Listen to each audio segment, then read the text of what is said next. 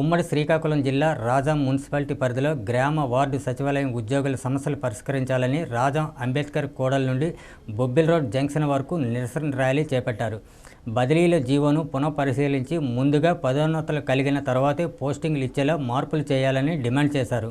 ఇంక్రిమెంట్లు, senior assistant pay scale అమలు చేసేలా కూటమి ప్రభుత్వం చర్యలు తీసుకోవాలని గ్రామ వార్డు సచివాలయ సిబ్బంది ప్రభుత్వాన్ని డిమాండ్ చేశారు.